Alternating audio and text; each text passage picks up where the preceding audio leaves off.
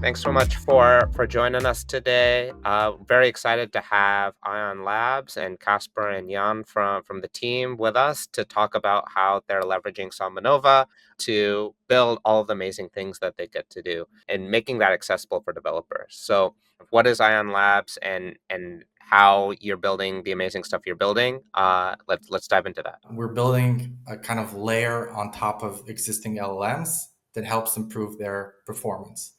So currently, the way LLMs work is they generate like a probability distribution over possible next tokens, and then a next token is randomly sampled based on that distribution.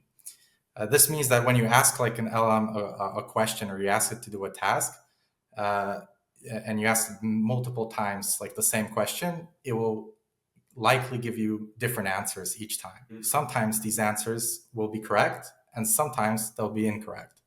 So we try to build a system on top of LLMs that increases the chances of sampling the correct or accurate response from an LLM. Can you talk a little bit about why fast inference is needed and how you take advantage of that with SambaNova to enable better output for developers? Speed is essential here. We're leveraging LLMs being able to communicate with each other. And obviously with a lot of the reasoning models now, there's a lot of the background thought processes going on with AIs, which generates a lot of tokens. The processor keep making these sequential calls. If that processor, say, is fast, then these sequential calls can be significantly sped up. If it's taking a long time, you can't really have this interactive process.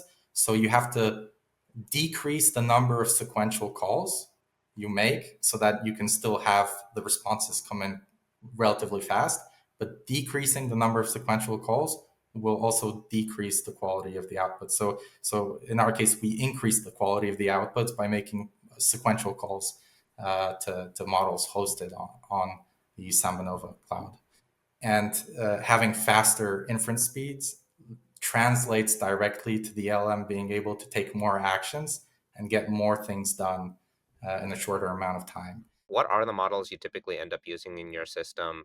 On the SambaNova Cloud platform is mostly DeepSeek R1 and its distilled variant, the Llama 70B1, as well as just the regular Llama 70B 3.1, although we're also using other models, including models fine-tuned by us.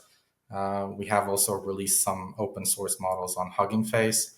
For some applications, it might be that speed is just extremely crucial, and the price is less important. Accuracy, for the most part, it's almost always better to have better performance, although there are tasks where you can have a model that's just good enough for this task, and using a better model doesn't really get you anything. If you're working on a huge code base, it might be really important to get the price down, and even like a 10% decrease in price might be huge. There's definitely a space for balancing these in different proportions. Flip side to that is also like waiting for new models that become more performant across all of those dimensions. Let's dive into a demo to see kind of how you're bringing all of this to life and making it easier for developers too. Okay, I have Open Router open here, and I've selected three models. It's actually three of the same model, which is R1 Distill Llama 70B, and I'm using SambaNova as the provider so we can get fast responses. So the task that I chose for this demo is creating a Tetris game in Python, because surprisingly, this is actually something a lot of models struggle with, especially 70 billion parameter models. Pretty much all of them get it right around 15% of the time. We believe that it is possible to increase the number for the percentage of correct solutions from 15% to like 80, 90% without using any external tools, just making multiple calls to the model, which increases its performance, but still keeps the costs lower than if you were just to use a bigger model like DeepSeek R1 instead of the distilled version. So let me just type in create a Tetris demo in Python, and I'm typing using Pygame, which is just a popular library in Python for creating games. So as we can see, the 3 responses are being generated, and we'll give it a while. It shouldn't be too long. And okay, so this response is done. So I'm going to copy this code. And over here, I've prepared a kind of environment with Pygame installed.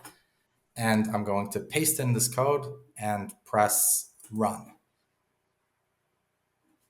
Okay, this might be the best case scenario. So actually, perfect. So the model actually got the Tetris game right here. But this is why we sampled those 3 responses, because this is a rare occurrence. Like I said, 15% of the time. So let me just scroll down to the second response and let's paste. Whenever you do a demo, the odds are increased of things going wrong by like threefold. So I'll paste this new code. So there you go. So this is unplayable. It's really, really fast. Let me run this again. If this was the Tetris game I got, I would not be happy. Let's just check just in case the third response, because usually these models do even worse. But like I said, it's a demo, so they're performing slightly better than they should. Oh, there you go. So here, this won't even run. There's some kind of syntax error, and it's not even opening anything. So we go to our model. This is a new model we're working on. It's not live yet. So I'll paste this. And the first thing you'll notice, it takes a while before the first token was even generated. That's because we're doing some processing of the prompt already. And also, the first call that was not made to a SambaNova model, which is why it was slower. But here, right now, what you're seeing, all these tokens generated, this is the DeepSeek R1 distilled version generating these tokens. And you'll see that every once in a while, it stops for a moment and then starts going again. So every time this happens, this is when one call finishes, we're doing some processing, and then we make another sequential call. And once again, it happens here. Hopefully this will be maybe the last one. Once this is done, I'll scroll all the way back up to show how our model is a little bit different from the traditional DeepSeek R1 distilled version. So we have an output here, but before I paste this in, I'll just go to the very top. And at the very top, you'll see that there's a little bit of a strange output here, which is the model essentially dividing the task into subtasks. So the first thing we do when we get a prompt from the user is we remove any unnecessary information from the prompt, because this can just degrade performance if the prompt contains irrelevant information. And the next thing we'll do is kind of come up with the best approach to performing the task or solving the problem given by the user. So sometimes the best approach might be to do a sort of initial exploration of possible responses. So this might involve sampling multiple responses in parallel and then having a separate model evaluate which response is best, and then either return that response or use that response as a starting point and then refine it. In this case, the model didn't decide to do that. Instead, it decided to break down the task into subtasks. And these are tasks that are sort of self-contained and isolated. So the model can focus on this one subtask without thinking about any other subtasks. And each of those subtasks will be like a separate call. And this allows the model to focus on first doing something smaller. So the first subtask is to plan the overall structure and functionality of the Tetris game. I mean, the text is going slightly outside of the box, but it seems like it's a Tetris game, including the game loop, scoring, and piece rotation. Then the next subtask will be actually implementing that. And then the third subtask is reviewing the code for any bugs or mistakes, ensuring the game runs smoothly. And this allows the model to perform much better at each of these subtasks, instead of if it was thinking about all of this at once in one response. And you also notice that throughout the response, it generates kind of multiple pieces of code. So we had one over there, we had another one over there, third one, and fourth. And it's refining each response before giving it to the end user. So for example, if we try the first response, it will likely fail. Just copy paste this real quick.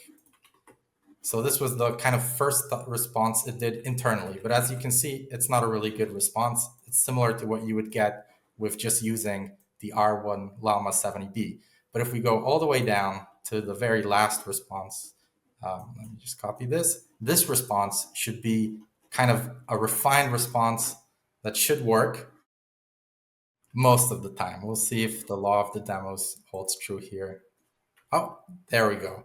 So now we can see we have a much more refined version of Tetris, which is actually playable compared to the other one.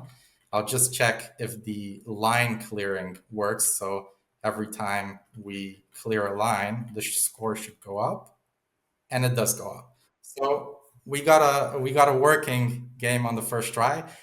In all honesty, this model will get it right about 80 to 90% of the time. So it can still kind of output a broken version of Tetris, but it raises the percentage of accurate responses from about like 15 to 80, 90, which is a big improvement. When you take a task where the model is correct like 70% of the time, which is an easier kind of situation, you can easily raise that to like 99 or essentially 100%. So you're getting a kind of better performance, but still cheaper than DeepSeek R1. Which goes exactly to our original points earlier around speed, accuracy, and price, right? We're always balancing and playing around with those. It's really cool to see this model come to life, and super exciting to see SambaNova also power that with faster inference as well.